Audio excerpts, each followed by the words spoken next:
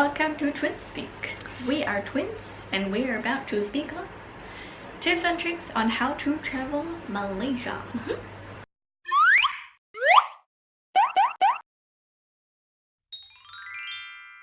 So with this one, we have a lot of things to say. So we're going to split it into the 3 cities that we traveled, which was Penang, Ipoh, and KL, Kuala Lumpur. The first thing we'll be discussing is traveling Malaysia on a whole. This is what we noticed in every city that we went to, or at least felt like it applied to most of the places that we were. It'll differ a little bit depending on whether it's Kuala Lumpur, the big city, or Ipoh and Penang, the smaller cities, but it should generally apply to Malaysia as a culture. First things first, I don't think this is specific to Malaysia, but definitely the 3 things that you have to bring while you travel for hygiene: tissues, wet wipes, and hand sanitizers. This is very specific for bathrooms. In general, the public bathrooms do not provide toilet paper because what's still pretty common there is using the bidet instead of using toilet paper to wipe. Expect that because it is a Southeast Asian country, there are still plenty of squat toilets even in the malls and in the airports. Tissues also apply to restaurants. A lot of the places, if not all, do not really provide napkins or tissues for wiping your hands or your mouth. Especially in hawker stores or the small local restaurants, they make money off you by selling you tissues on top of what you've bought for your meal. Something else which has been really handy for our travels so far, not just in Malaysia but Southeast Asia, is an umbrella, and that's not for the rain but instead for the sun. The heat is not really what gets you, it's the sun that does. I mean, it is hot, it is humid. When you're in the shade, it's fine. When you're out in the sun and it's directly on your skin or on your clothes, that's when it starts to get hot. So an umbrella is super important, and especially because people who might burn quite easily might burn pretty fast there.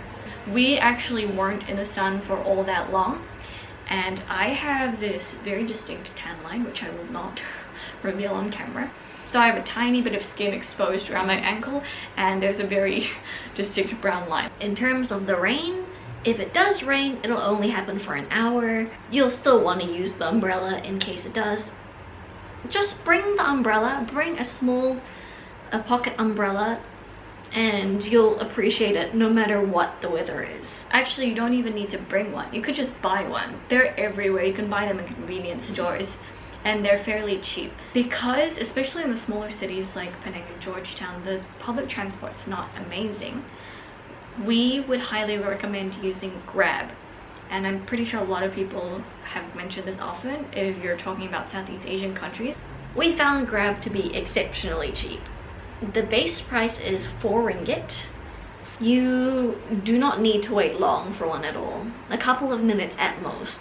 For public buses in Malaysia, they do not give change when you buy bus tickets. You just tell them where you want to go, they'll tell you how much it is per person. You drop the money into this machine and it will spit out a ticket but no change.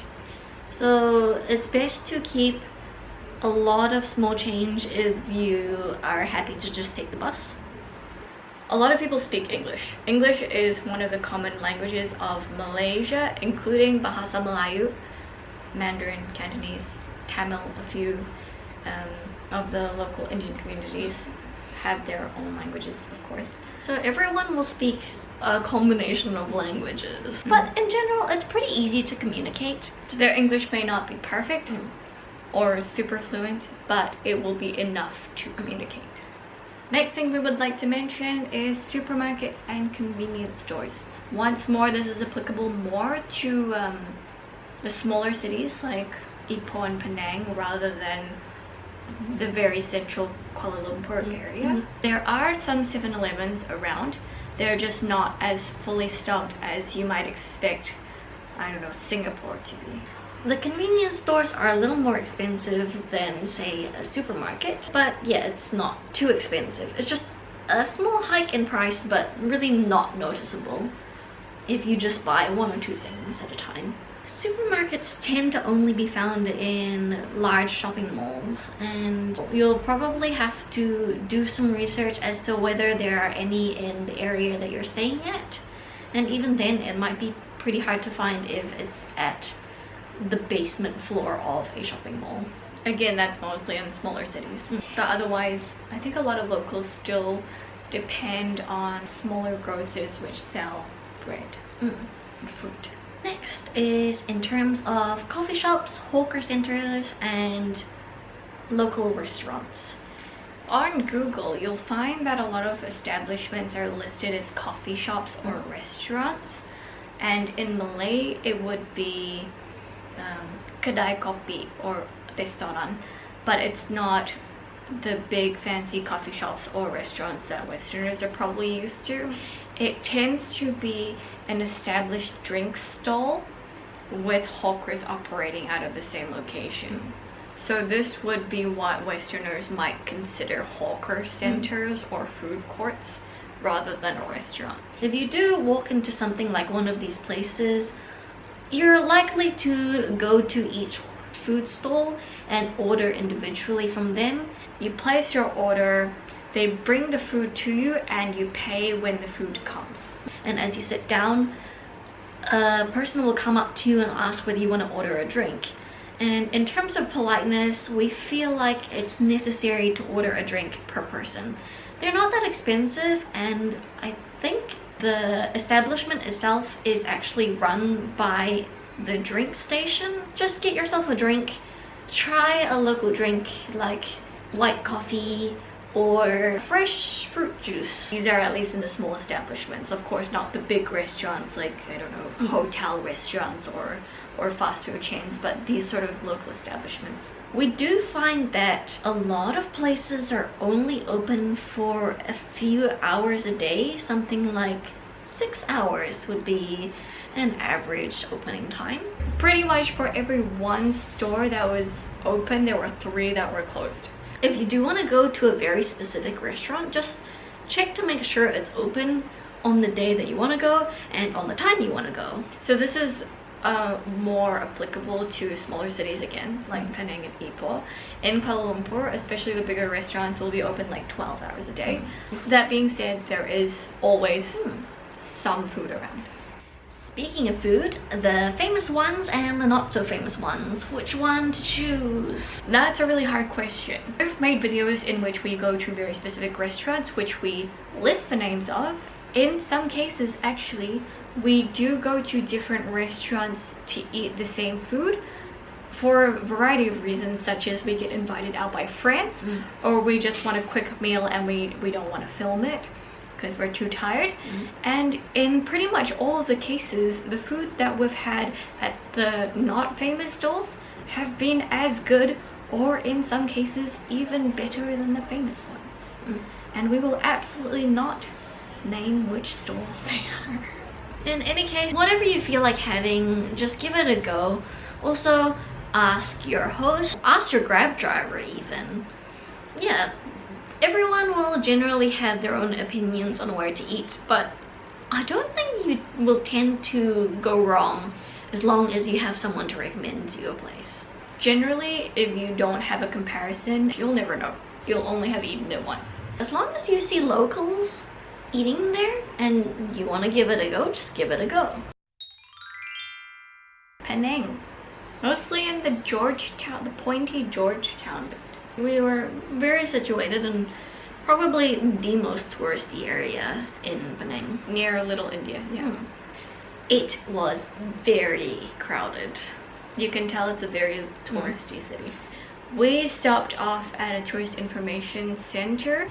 If you go to the tourist information centers, they actually also have a lot of information on free walking tours for tourists, and all you have to do is find the one you like and register by turning up, I think something like an hour or half an hour beforehand, writing your name down, and then coming back to the specific time and they will take you around. One of the brochures we definitely found the most handy was the route of the cat bus. It's basically a hop-on hop-off bus, but completely free, and scheduled every 15 minutes. Ipoh is less touristy and less crowded. It's split into the old town and the new town. The old town has all the murals that everyone always takes a picture in front of. It also has like the old railway stations, the old colonial buildings like the town hall, the clock tower, and it has all the old coffee shops. The new town has all like the restaurants. I found it better to stay in the new town because it's got more of the recommended restaurants that you see on all the blogs, and you walk to the old town, and it's actually not that big of an area. Public transport pretty much doesn't exist in Ipoh. They do have bus stops. I actually looked this up later. We just never saw buses. But if you're only in Ipoh for a couple of days and you're there to explore the old town area and the new town area, you pretty much don't need a bus to get around. You can go everywhere by foot. And Grab is still plentiful And really cheap. Kuala Lumpur. Generally, we stayed in the very central city area. It's a lot more modern than Ipoh and Penang. Pretty much wherever you go, there's food options open and available. You don't need to worry about that too much, unlike if you were in Ipoh or Penang. Time to spill some tea. This is a huge tourist trap, I believe. We got there a bit early actually, so we can't guarantee that it'll be like this the whole way through.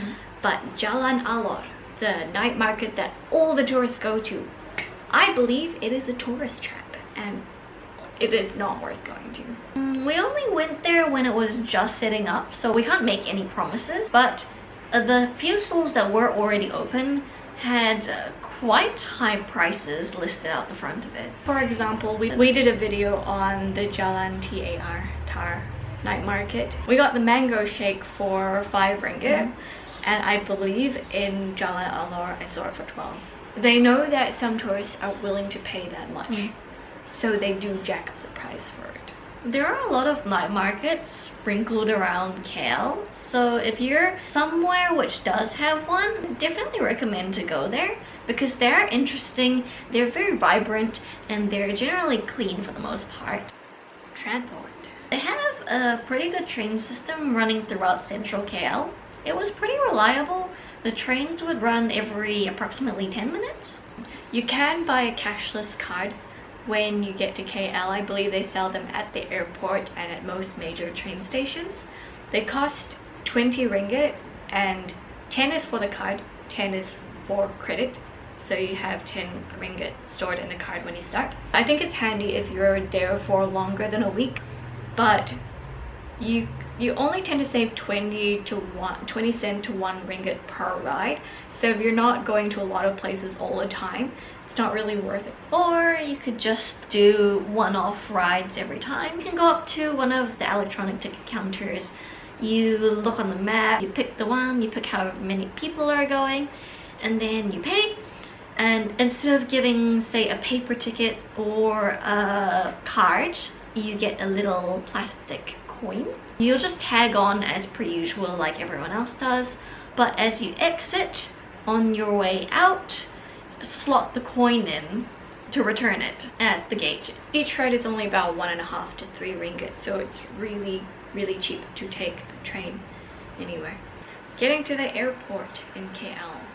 The KL Express, which is the common train that people use between KL Central and the Terminal 1 and 2 of the KL airport, is about 55 ringgit per person. And unless you're traveling on your own, paying for 2 people or more is not worth it. We hired a Grab from our hostel to the airport. It was about 40 minutes of driving, and it cost us 65 ringgit plus about 7 or 8 ringgit on top of that for the toll. You can take a bus as well. There is a bus from KL Central to the airport, and it's about 10 or 12 ringgit per person. We ended up just taking the Grab. It took, I think, shorter than it would have taken on the bus, and they took us directly to the terminal that we needed to go to. So it was completely hassle-free. After doing some research, the bus is also very cheap, and it is an option. That was as comprehensive as we felt like it needed to be. As per usual, all of the information that we mentioned will be written out in text form in an article which will be on our website. And you can find the website and the link down below. Otherwise, follow us on Instagram to see where we are now. And we'll see you next time. Have fun in Malaysia.